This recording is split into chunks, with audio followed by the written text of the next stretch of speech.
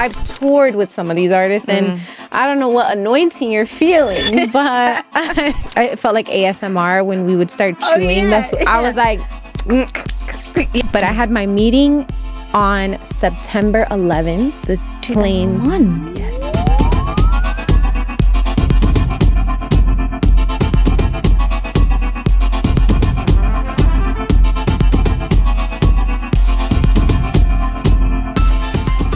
Welcome to With Nyasha Michelle. I'm so excited for the conversation I have for you guys because she's actually making history on the podcast and she doesn't know it. My guest is of Puerto Rican American heritage. So you are my first American guest. Really? Yeah. I'm like, I can't wait to hear what history am I breaking today? You are making history, and you also are making more history, but this is more of like a really personal thing.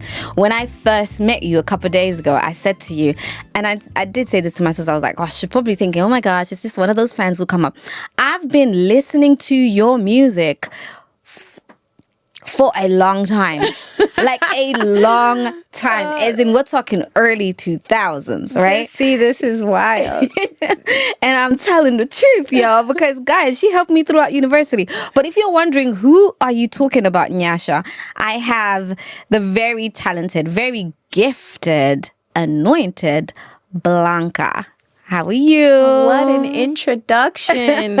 I feel honored to be here. I'm like, you're the real deal. Oh, thank you. You didn't just bring me on to have a good conversation. You like early 2000s. That's the start of my career. You've been rocking with me since day one. I actually have. Your music, you and the group that you were in. You guys used to listen to Group One. I remember. I wasn't going to say everything all at once, but I used to listen to you guys whilst I was in the library studying at university, or college, whatever you guys call it.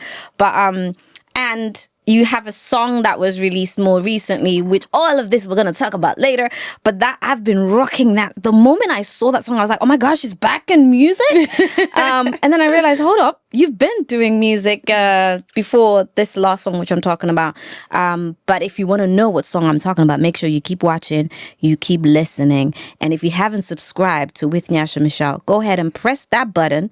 And let's carry on with the conversation. All right, so let's kick it off with a question I love to ask all of my guests. Blanca, what is one defining moment that set you on the path that you're on today? Ooh, there's been so many compelling events that have led me here. But if I start from the very, very beginning, I would have to start with the story of my father, which is such a huge part of kind of my testimony. I grew up in a divorced home. My parents divorced when I was really young. My dad was an addict and had a really rough kind of upbringing. And so he ended up separating from me and my brother and my mom to deal with his stuff.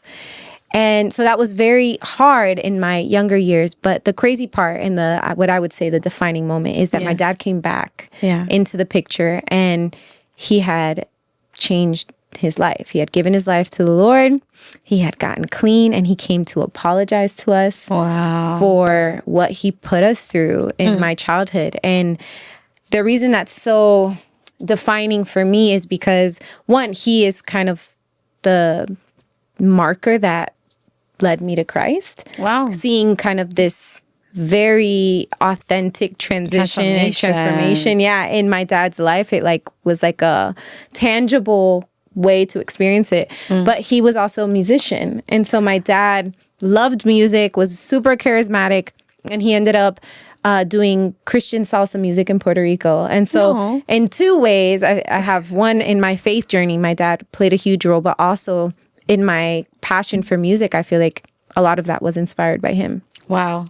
I love that stories here, like dad experiences.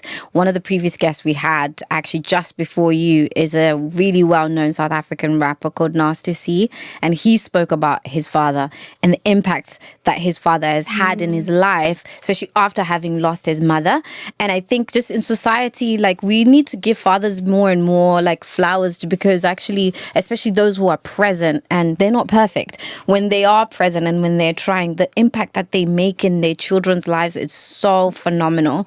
And I have read about this when it comes to your father. So it intrigued me, but also it made me want to find out, like, what was your upbringing like then during the times when your dad was addicted? Yeah, when he wasn't there. Yeah. And he was like on and off. Like, he was trying to figure out his life, which I know that was super complex.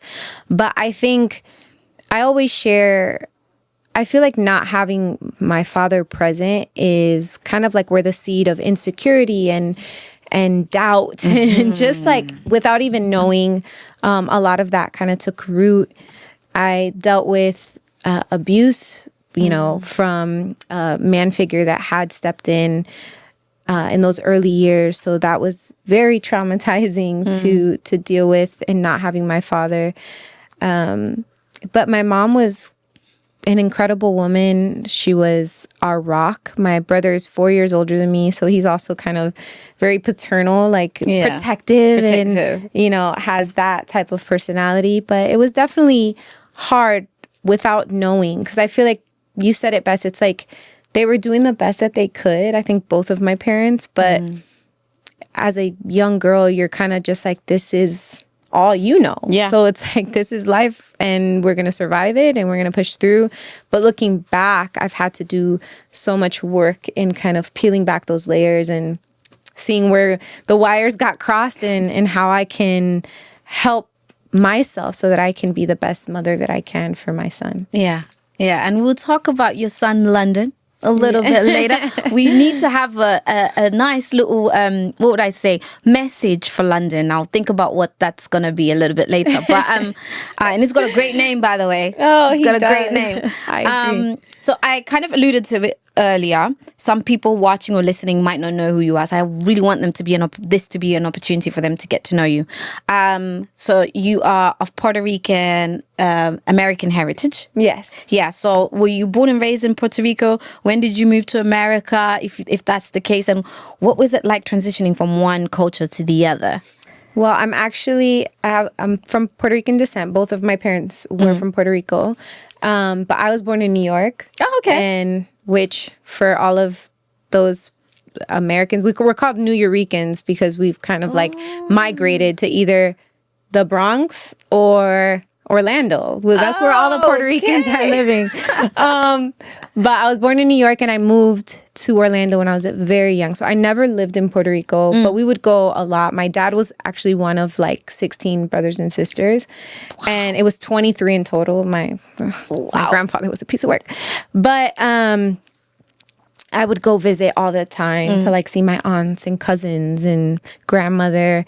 And the same for my mom. She was one of 6, and they were more on the New York side, but she still had a lot of family in Puerto Rico. So it's so interesting as a second generation kind of Puerto Rican. Like, the culture is still so ingrained into our lifestyle, and which I love. Like, I feel like there's so many things that culturally I feel like were a part of my childhood, from our get-togethers and food, and just the way our outlook on life was definitely, when I would go to the island, I'd feel like right at home. Yeah. But I never lived there. So it's kind of like I didn't really have to switch cultures. Yeah. Like, culturally have that I think that's cool.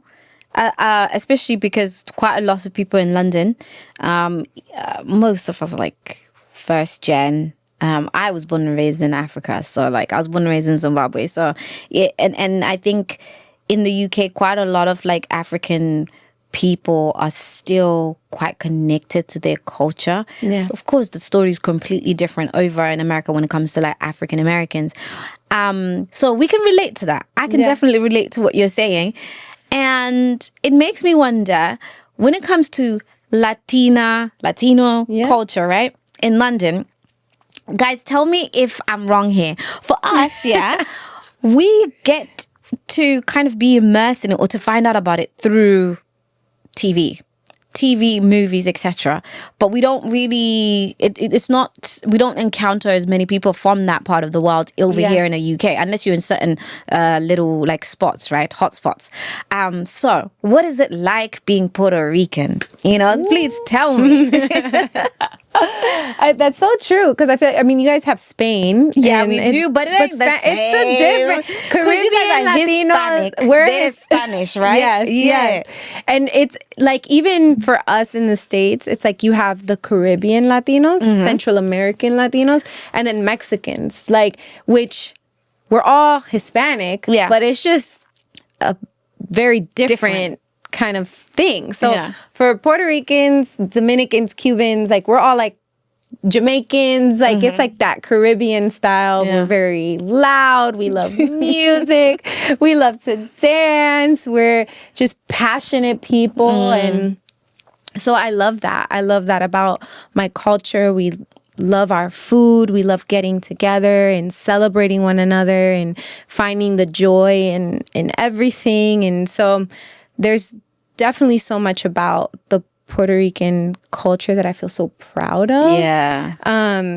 And yeah, so it is quite different. And it's true. I feel like being here in London, I've been here this is my second time, and I've been here for a week, but I do feel like a little bit of an anomaly when I'm walking around, because I'm like, I don't see many of me. You're like, where are my people at? Where are my people? I think you will find your people though in an area called like Tottenham Seven Sisters. There's a lot of like Hispanic people there. I only just recently discovered that. There's like but then, like you said, you know, there's different spaces, right? So there is a lot of people from Ecuador, there's a lot of people from Venezuela. There's a lot of I don't know, maybe like some people from Puerto Rico. So next time you're in London, girl, come through. I need to come through, over there, find my people. But that's the one thing I love about London, though. You know, it's very much a melting pot. But I want to go back to the music, though. Your dad, you said music was, you know, something that also he was really good at, something that he used to love. When did you then discover your love for music? Was he an inspiration? And how did it then transfer to the artist that you are now? Which, it's so funny. I think we discovered, when I say we, I would say my mom and my family, because I would be the girl that, you know, was doing her talent shows with the hairbrush, making my family sit down, and I would do like a talent show and dance and sing. And so I think very early on, I was probably like 6 or 7 when my mom was like, I don't know that that's like a normal 7-year-old voice. Like it seems a little bit more developed. Like maybe we should try to get her involved. So she started putting me in like dance, like for jazz and ballet. We started going to Disney, living in Orlando, Florida. Like Disney is such a huge part of everything. So I started doing like auditions there, just seeing what was available.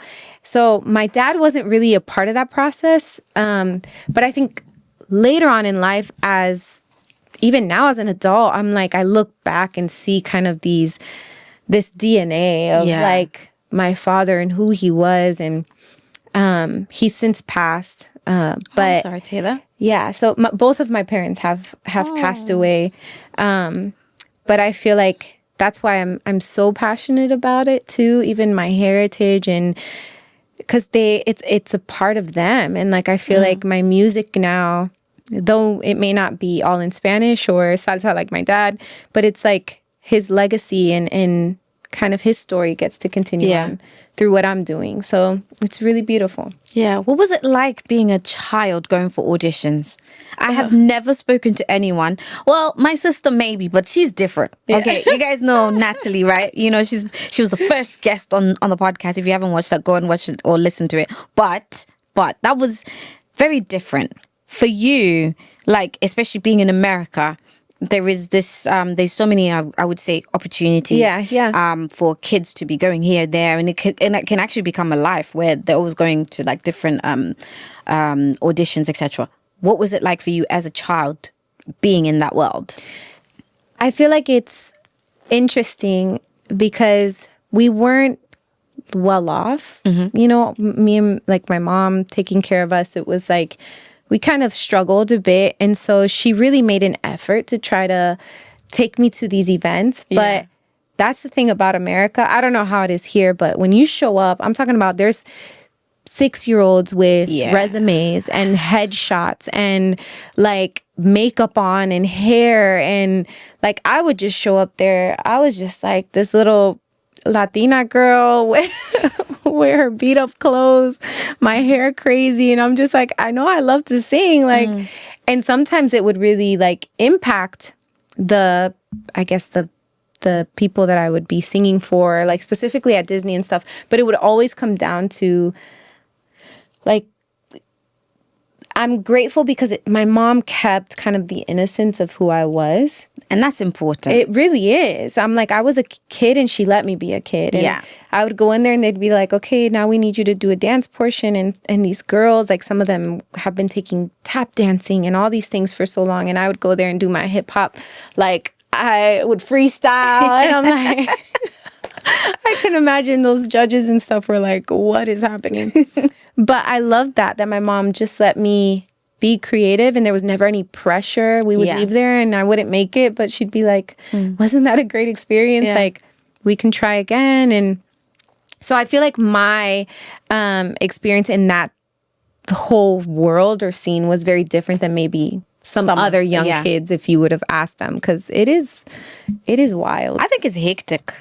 I think it's hectic, like we say back where in Southern Africa, because I saw a little bit of that when I was younger because I really used to love acting.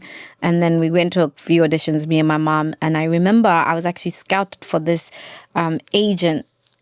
And when we went to the place, oh my gosh, it was like hundreds and hundreds of kids, and they were just I did that. I think I got the thing. I don't remember what it was, and then I was like, okay, this is it. Let's I don't think this is my life. I know, because it's a lot. And then when we speak from an American perspective, of course, we have certain shows that we've seen where it's like really, really little kids, and they seem to be looking like 15-year-olds or 21-year-olds. But I love what you said, that your mom allowed you to, one, have the experience, enjoy it, and then also for you to be a kid. So you knew by that time that music was your thing. You were clearly talented. It was just a natural thing for you. When did you then pursue music as a career? That's a great question. So once I got to middle school, they gave me a grant. My mom was able to find almost like a professional choir that took me in and helped pay for those expenses. So that was kind of like the first more like you're actually doing something that's like something that's more stable, of like, okay, this is something that is more elite, let's say. But we would just do performances around town and things like that. But then when I turned 15, this was my freshman year of high school, a big thing in Orlando as well, outside of Disney, is boy bands and things like, O-Town, NSYNC, Backstreet Boy, all of these bands kind of came out of Orlando because we have I didn't know that. Mickey Mouse, the Mickey Mouse Clubhouse. That's true. And all these things that are happening. So there was a studio there called Transcontinental Studios. And I was 15 years old. I got connected to them. They wanted to work on an EP. So I was like writing songs for the first time that were, like me trying to be grown. And I was like, I'm going to be a pop star. This is what I'm doing. And I had my meeting. This is wild. But I had my meeting on September 11th, the day that the plane, 2001. Yes. Wow. Crashed into my freshman year. I'm aging myself. But it didn't. It got canceled. World was chaos. Yeah. And I wasn't able to meet with the main head guy. And then time just kind of like passed where things were slowing down after all of that. And he ended up going through like a whole big scam that was televised. There's now a documentary and all of this. But I'm like, that must have been the Lord's protection. What? Of like, that wasn't for me. I wasn't supposed to be there. So I was really bummed because I thought that was like my big break and opportunity. But then my dad comes back into the picture. He's more involved into my life. I start going to church with him, hearing his testimony. And then I go to a play with my dad. I'm 17. And that's on like Heaven and Hell. And it's like all impactful. And I'm like, oh my gosh, you're crying, right? I'm a good person. And so, but it clicked for me in that moment that I'm like, I think this is what my gift is for, is to help others, encourage them, and to give glory back to the Lord for what he's done in my life and all these beautiful things within my dad and my story. And so I get plugged into this church. They have a Bible study for singers and musicians called Group One. And I joined. Okay. I had to lead you there. You know what I'm saying? Honestly, that's why you had me like, I know, like, so it's a great story. I joined this group. We would meet on Sundays and just like work on music together. We had some makeshift studio in a closet, and we just loved to spend time together and be creative. And there was rappers and singers and musicians that would all meet up. And out of that, the main guy, Manuel, got an opportunity for us to go to Nashville, and he picked kind of like 2 other people, which was me and Pablo, to join him and go do our showcase for a label in Nashville. And we got signed on the spot. So everything just turned around. I literally, like, this is like, I'm still 17 years old. Wow. Going through all this. At this point, I'm 18.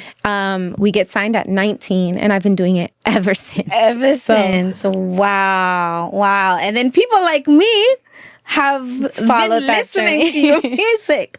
Wow. You know, when you said like, and that Bible study was called Group One, I did not expect that. How important is it? Okay, this is a little bit early for me to ask this, but it's important for me to, because there are so many different creative people, etc. How important is it to stay plugged into the Word of God and link that with your talent for Christians? Oh, for Christians, I feel like it's so fundamental in understanding who you are, which I think was one of my biggest battles, because given that I was such a baby Christian as well, like everything was so new to me, I felt a little lost in those first years of Group One. I felt very intimidated by some of the things that we were doing. And I'm like, I don't want to talk. I don't want to share, like just have me sing.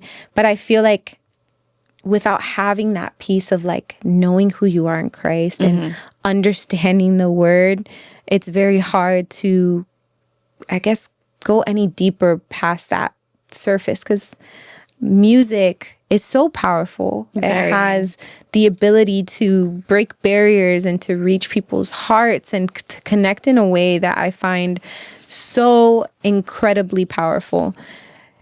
But without fully understanding your why, it's like kind of floats up here and doesn't get to dig in its roots. Yeah.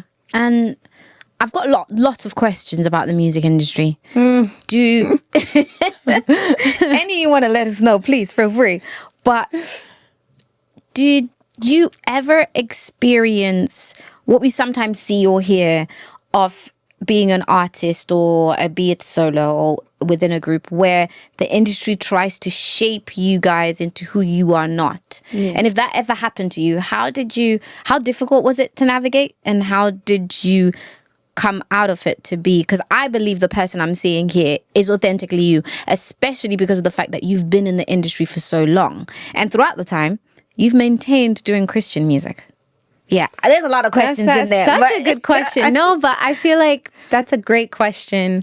And a lot of my earlier years of my career, I feel like I look back and I'm like, what was I thinking? There was so much where I was giving the driver's seat to other people and just like trying to please and like, okay, I think this is what they want of me, which is for an artist, I think a very scary place to be because I heard there's a writer, book writer named Brene Brown. I don't know if you've ever read her stuff, but she just talks about the gifts of imperfection, of being authentically who you are. Yeah. And it's better to fail being authentically you than it is to fail being what you thought everyone else wanted of you. That's a way harder fall. Yeah. And I feel like I experienced that so many times where I looked back on my life now and I'm like, man, I spent so much time trying to be what I thought everyone else wanted that I feel like I lost a bit of myself in that. Aww. And it took pain, like another compelling event is I went through a divorce. But I feel like God uses these like really hard moments to shape us into who we are. And going through such a devastating thing of identity, because when you get married, you know, this is like becomes such a big part of who you think and believe that you are supposed to be, and they're a part of your identity as well.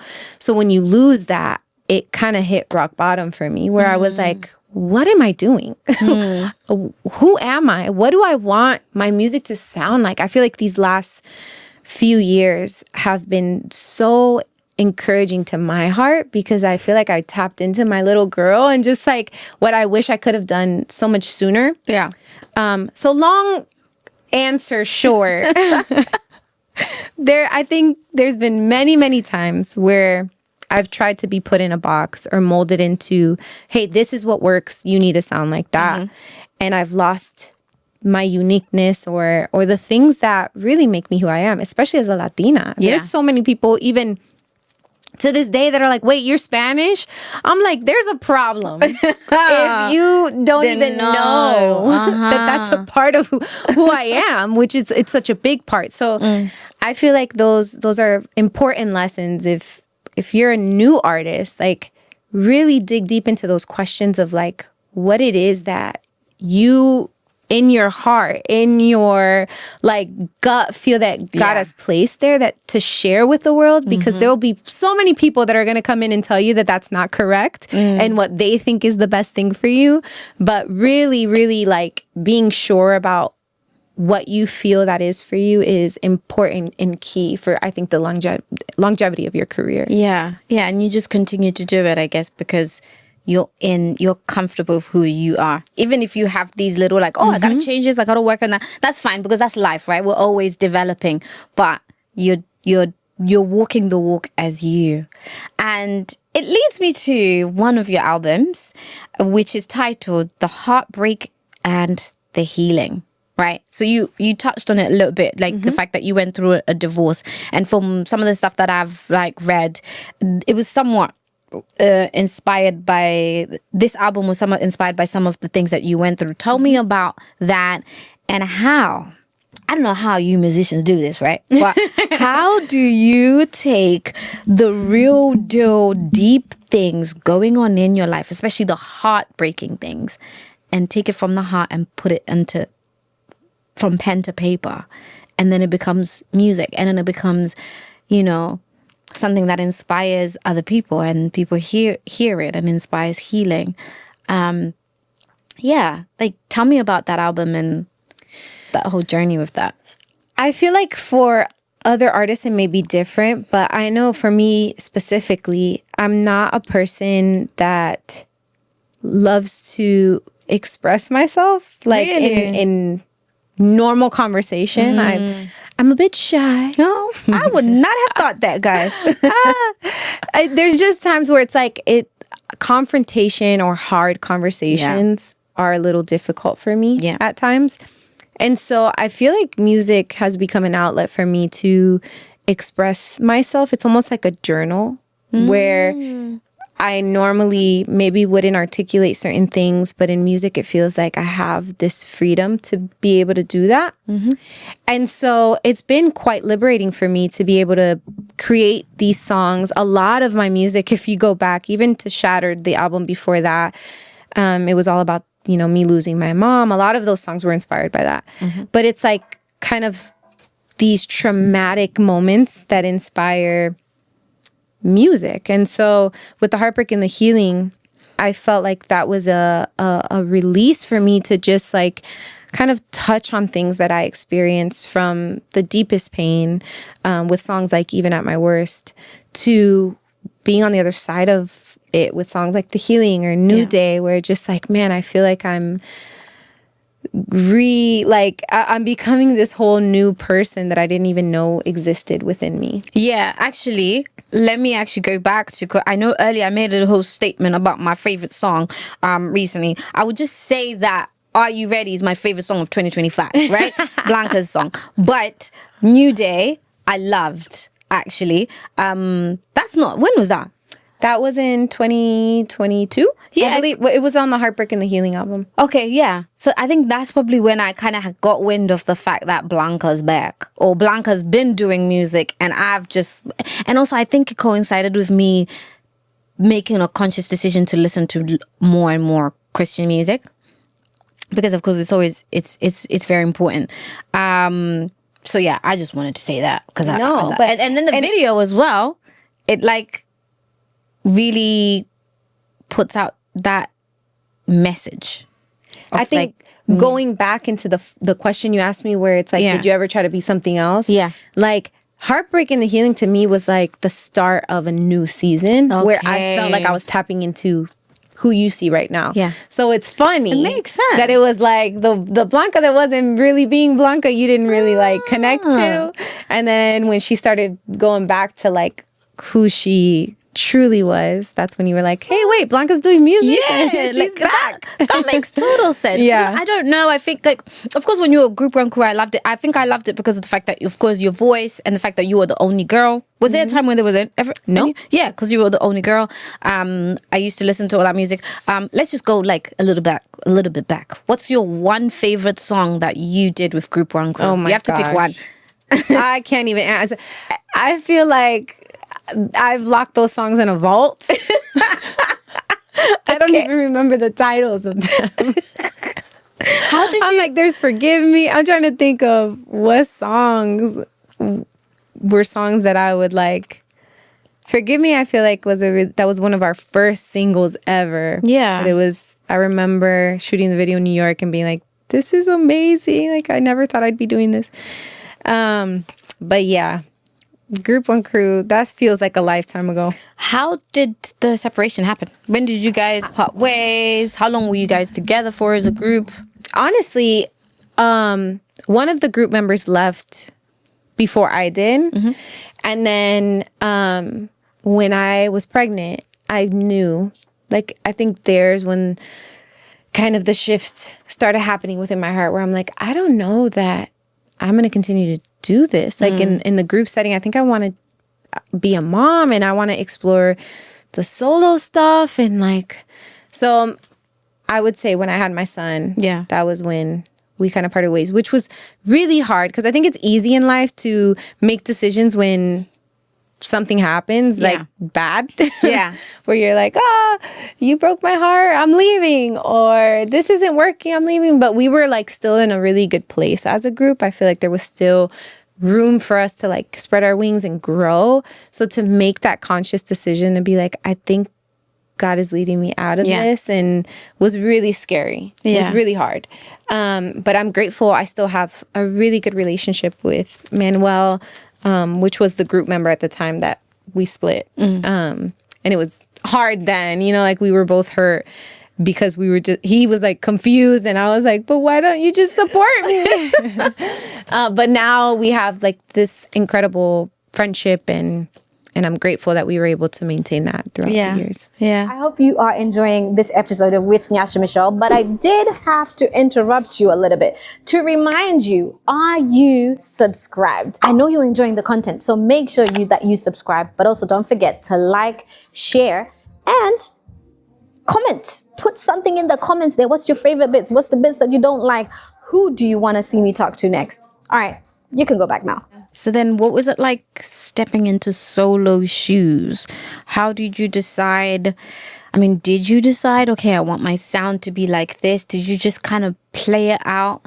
Help me get into the mind of a musician, because for us, right, as people who listen to the music, we see you guys, we feel like we know you, but clearly, technically we don't. And then you guys go through these transitions, and then the audiences, your fans, just decide whether they want to carry on with you, or they're like, oh no, I liked the old one. So how did you, is it a process of getting into like, this is my sound, this is what I want to talk about, this is what I want to connect with? Yeah, talk me through that.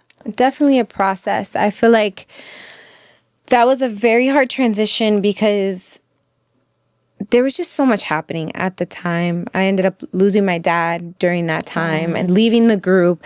Well, I'm trying to connect the dots because I actually was still in the group, lost my dad, had the baby, left the group. But there was like a lot of trauma in that short amount of time.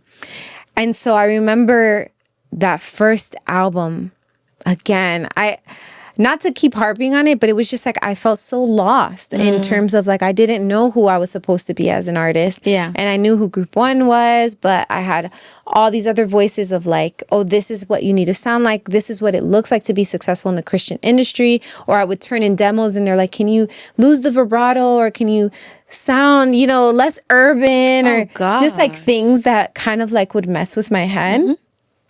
So I think everything is a process, everything I'm grateful for in all of that. But there are things where I'm like, man, I look back and cringe at some of the things because I'm like, I could see the turmoil within me. I'm trying to figure out my sound. But I think it's part of the creative process. It's a part of it. Like you never, I'm sure there's interviews or things that you've looked back on like from the beginning and you're like, oh my gosh, what was I thinking? It's funny you say that because as you were saying that, I was literally thinking exactly that. Like literally, I've had certain things where I've looked back and I'm just like, oh my gosh, why did I sound like that? Why did I do that? Sometimes I even have said to my team, just make sure that I don't look like this or I don't look like that, because you just, I don't, and also there's certain times though where I've been a bit too critical, and it's about trying to find the balance of like, okay, this is something that I can clearly improve on, and then this is something that honestly, like, you're just being too harsh and hard on yourself. And in your industry, it's important. I mean, in a lot of industries, but in your industry, it's important to be kind on yourself. It is. Because music already, it's not exactly an easy environment. But is there a difference? I don't know. You've not been in both, but like, would you say there is a difference from being in the Christian music industry to the secular music industry? Oh, that you're right. I don't have a lot of experience in the secular industry. Yeah. I will say, the Christian music, it has its like beauty, but also its challenges. I think it can be very judgmental in a way, or I think people are more vocal, but it could be like that in mainstream. Like I really can't compare the two. Yeah. And you've worked with quite a number of household gospel names. What do these collaborations bring out of you as a person? I love collaborations. Yeah. I feel like I've been able to collaborate with a lot of different artists from a lot of different genres too, not just gospel. On the gospel side, I've had Jacqueline Carr. I've done stuff with Dante. Dante Bowe's more like on the worship side. From the Spanish side, I've done stuff with Yandel and Christine de Clario and all these like really legendary artists in the Spanish scene. And I think what it brings out of me is this deep desire to be a bridge for people. I don't, even as a Latina, I'm just like, I get to kind of introduce an audience that I've built with Group One Crew that is predominantly like a contemporary Christian American audience, but somehow through my reputation and character that I've built over time, now I get to like hold hands with other artists and say like, hey, I think you should really check this out or listen to this, where maybe they wouldn't have that bridge to cross over to enter my kind of little bubble. Yeah. And so it just feels, I don't know, I feel very passionate about that because I think that's such a beautiful thing to be able to be the bridge for these different cultures and genres and introduce people to that. It feels like I feel like a little trailblazer doing it. So it gives me a lot of I don't know, I orgullo. Like I feel so proud of being able to be kind of that for these different artists, and vice versa. They've been that for me. You know, like I got to do a song with Called Out Music on this album that's coming out, and it's called Safety, and even things like that. That I'm like, getting to do that song with him has like, outside of Are You Ready, it's opened me up to this whole UK movement of like amazing Christian artists. So I'm like, it just does that. When you have these collaborations, especially if they're not in the same field, it gives an opportunity for you to kind of be introduced to a whole new world. Yeah. Will you be coming back to London? I hope so. We invite you back. Please keep on coming. Collaborations are powerful.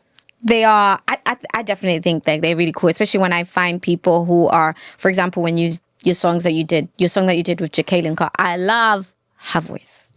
I love that girl, like honestly. And then there is you as well, who I've been a fan of for God knows how many years. And then when the two of you come, like people like myself, it's like, oh great, this is amazing, right?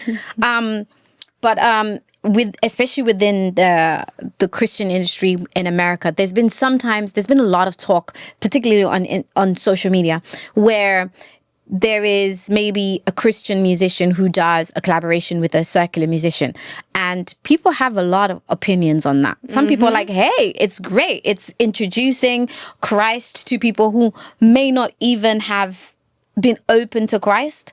And then there's other people, of course, who might be like, absolutely not. There's the two, it's like oil and water and all that stuff. There's a lot of opinions that people have out there. What's your thoughts on that? Man, I think, call me jaded or I've just seen so much where I think it really comes down to the heart of the artist and their heart for God. And I'm all for it. I've been on that list of like doing features with non-Christian artists, and specifically one that comes to mind is an artist named Yandel. He's like a big reggaeton artist in the Latin culture, but he does very crazy music. But he connected and did the song with me, and it was his first song to the Lord. Like how, when you break it down, I'm like, how sacred and how honoring to that you heard my song in English. It spoke to you and you felt like, hey, if you would be open to doing the remix with me in Spanish, it would be my first song to God, where I can express myself in a very honest way. I'm like, why wouldn't you be open to that in my mind? And then there's the other part where I'm like, I've seen Christian artists who ain't living right and doing, living their life the way they want, and people connect to their music. And like, I remember having conversations like early on where when I was in group 1, because it was kind of like hip hop based. Yeah.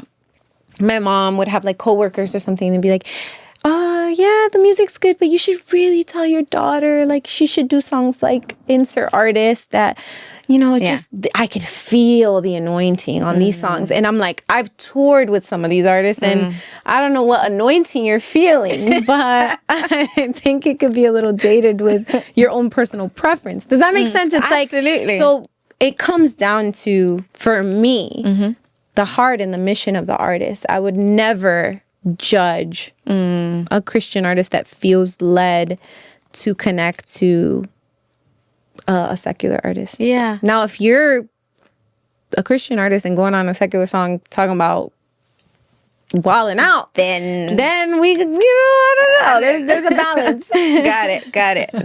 There is so much stuff that I think you guys deal with as musicians, let alone as Christians, especially with the rise of social media, where everybody just wants to just talk. So when it comes to advice to those who are just on the on their phones and seeing these things, and either they're talking or they're not, what's your advice to somebody who is a believer, right, and who's seeing all these things, and they base then their decisions, as in like their decisions between how they look at God based on the things that they see other Christians do?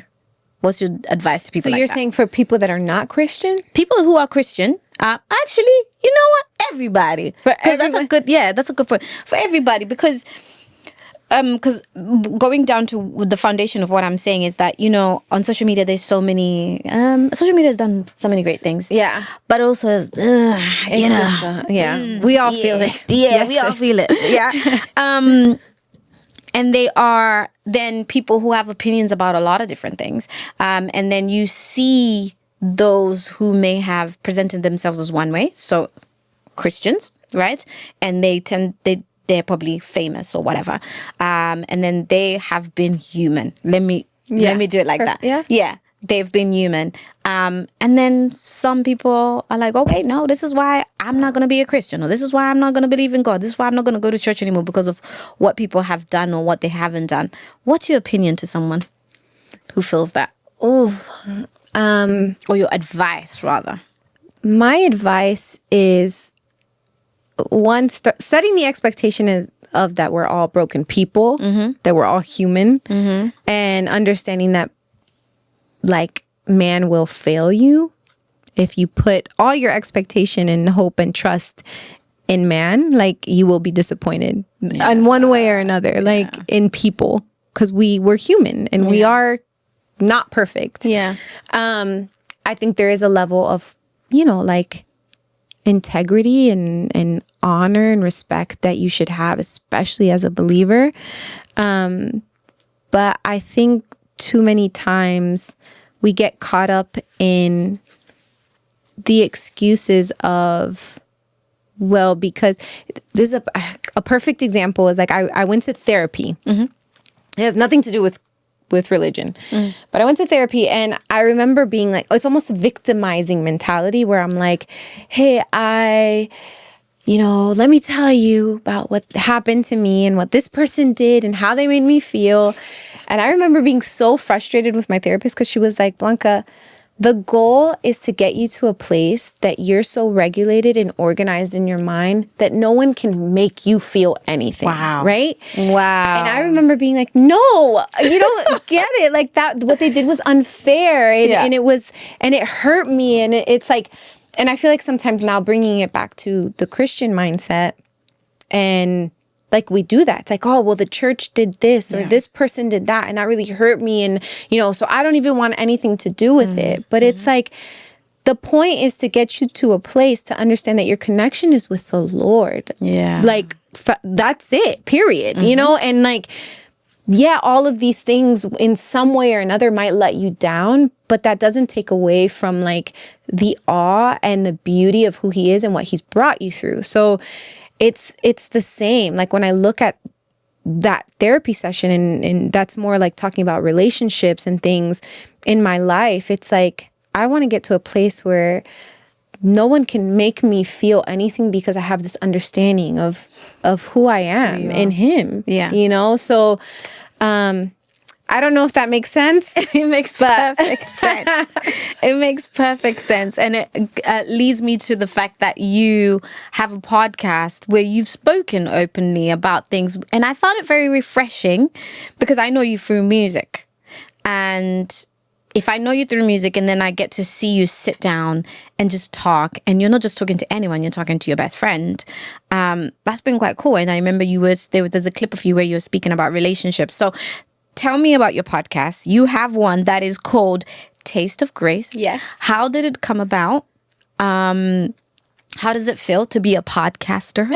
And do you have any advice for me? Because, girl, this world is a lot. You're killing it, girl. I need advice. I need tips when I leave here. When we, you know, stop the cameras, I'm going to need to get your tips. You're amazing.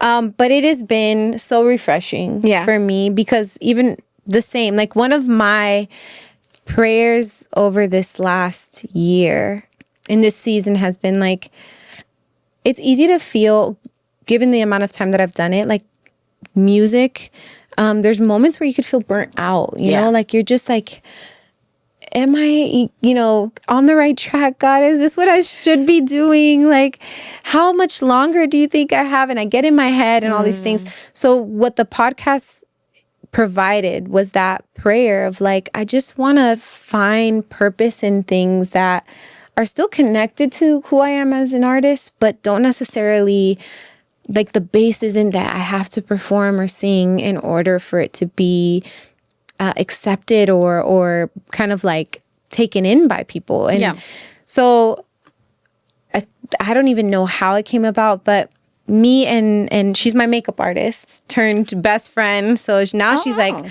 my on the road partner, travel partner, bestie, makeup artist, and co-host on the podcast. But we have so many deep conversations just in real life. Yeah. Where I remember we would be out and it's like 1 minute we're laughing our heads off and the next we're crying, talking about something deep. And I'm like, her name is Dorca. I'm like, Dorca, what if we just did a podcast? And she's terrified of public speaking. She's never done it. She's never been on. No, I have thought that. I've seen her speaking. Right? She's done great. But she does not usually find herself in front of the camera. She's always behind the scenes. But I'm like, come on. Like, it would be so fun. Like, no expectation. Let's just do it. Just have fun. And I think for both of us, it's been such an outlet to express ourselves and to connect with people, to see the feedback has been so encouraging of people like, hey, this really spoke to me and it feels very raw and authentic. And that was the whole point of Taste of Grace, is two Latinas kind of bringing their perspective on life and the journey of our faith, taboos, business, all of it, and just talking about it from a really honest and real place. And all the while incorporating food, because the best conversations happen around the table. That is true. That's why it's called Taste of Grace. We tried season 1, just a disclaimer.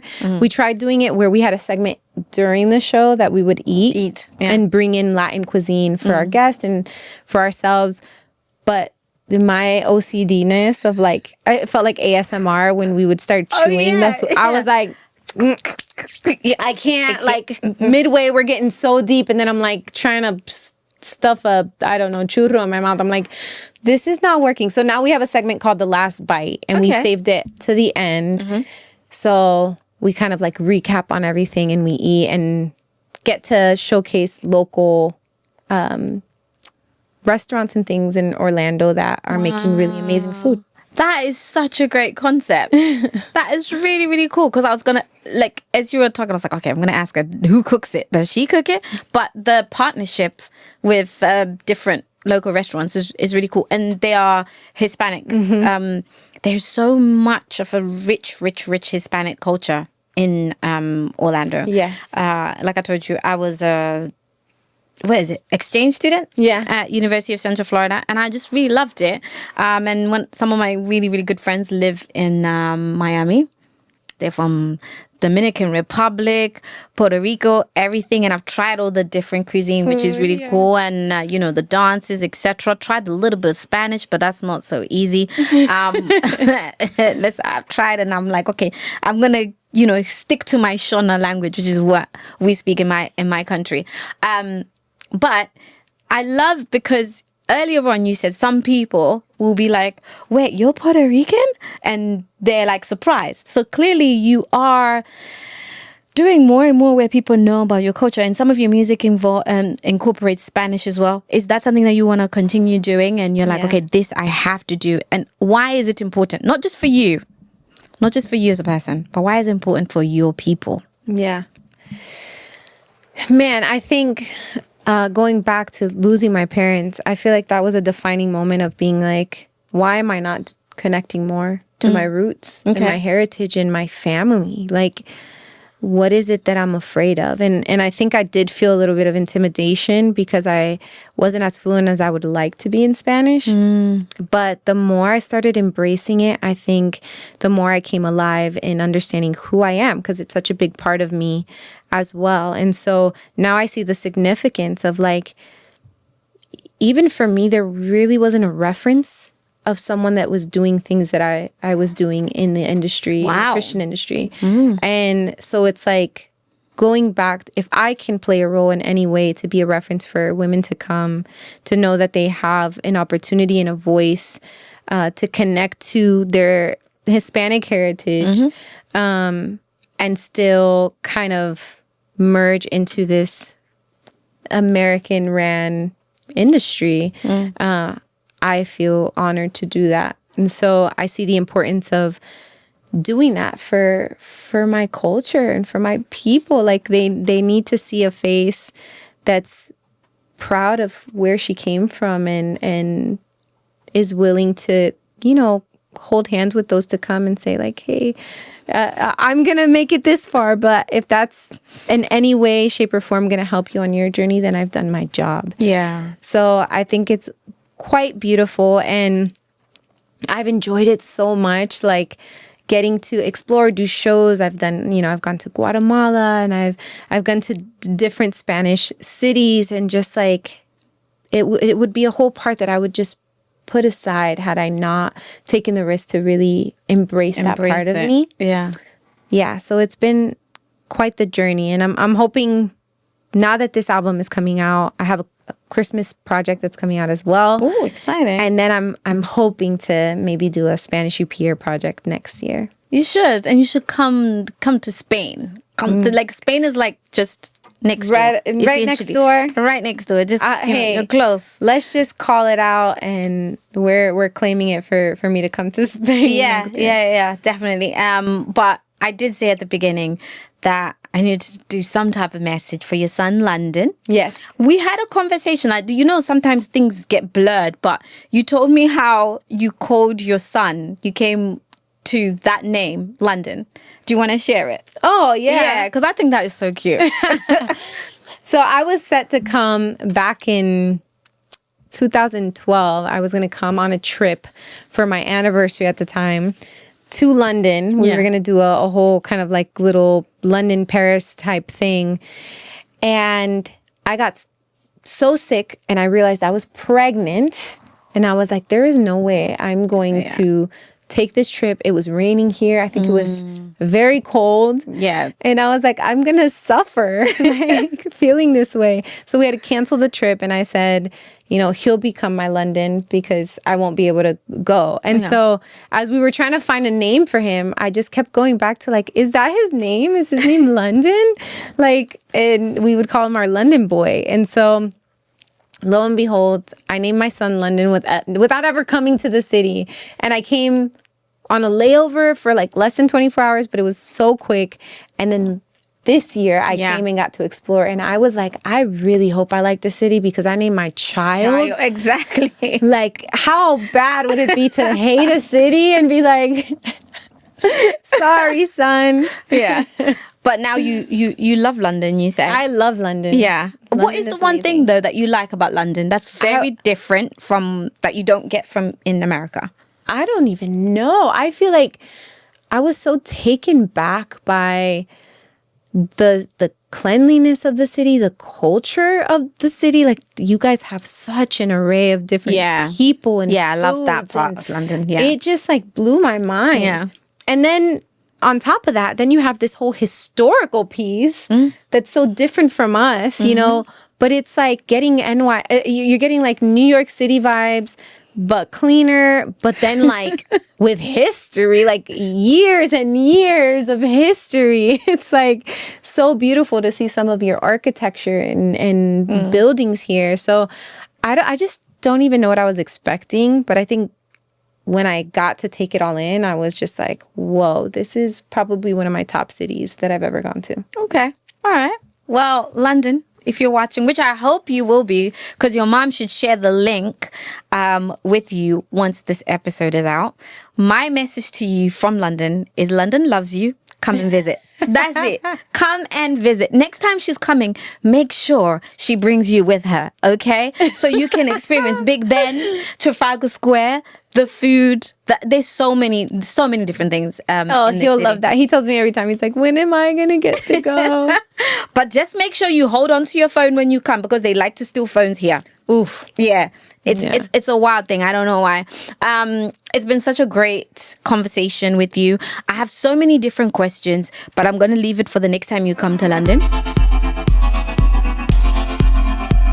Pass the Mic is a segment where a previous guest leaves a question for the next guest.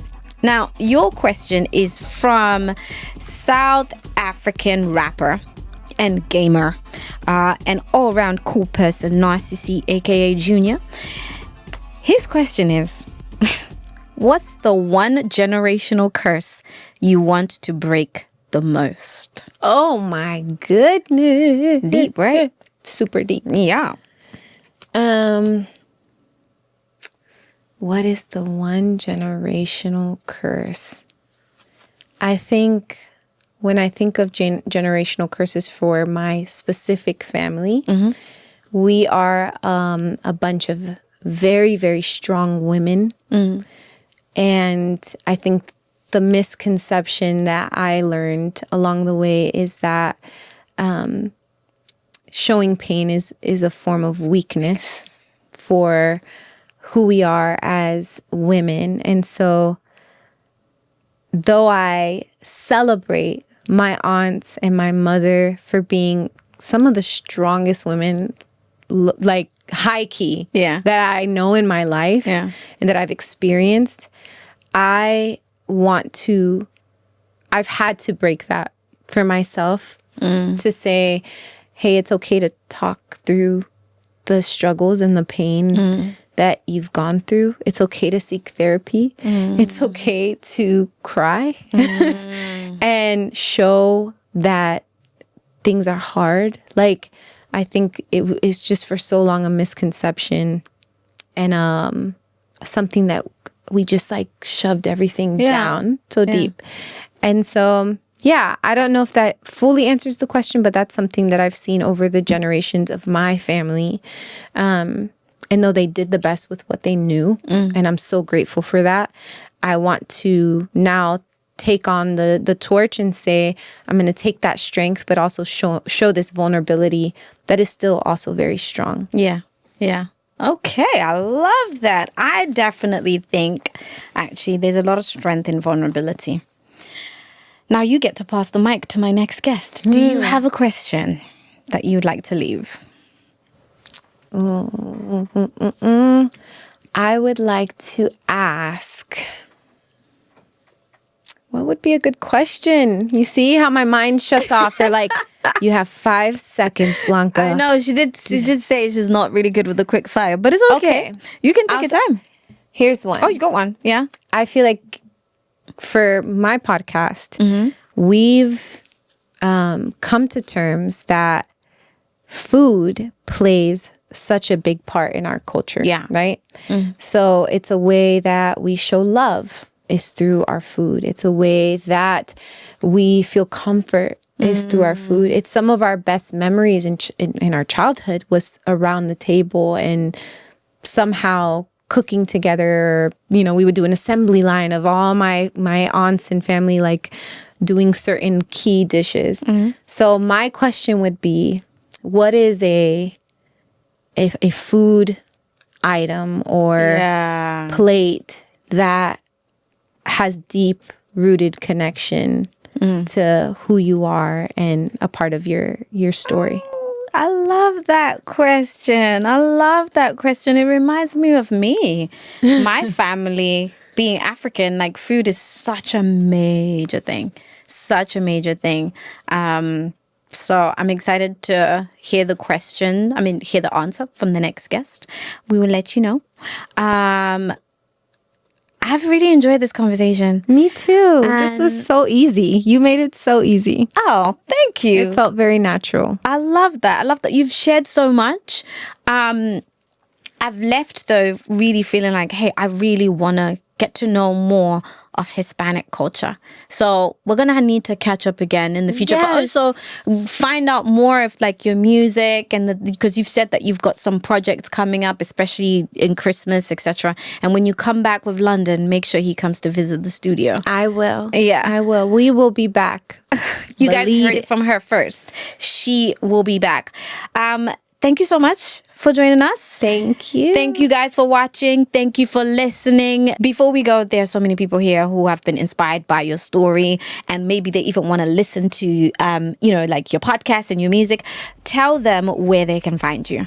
Yes, you can connect with me at officialblanca.com. I'm also Official Blanca on social media platforms. So if you're on Instagram and you've watched this, DM me, let me know what you think of this episode. We'd love to hear back.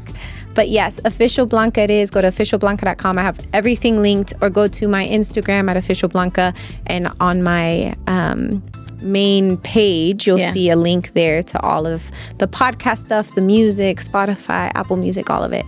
And you can find it there. Perfect. Thank you so much, guys. Make sure you subscribe, you like, you share, you follow. Until next time, bye. Bye.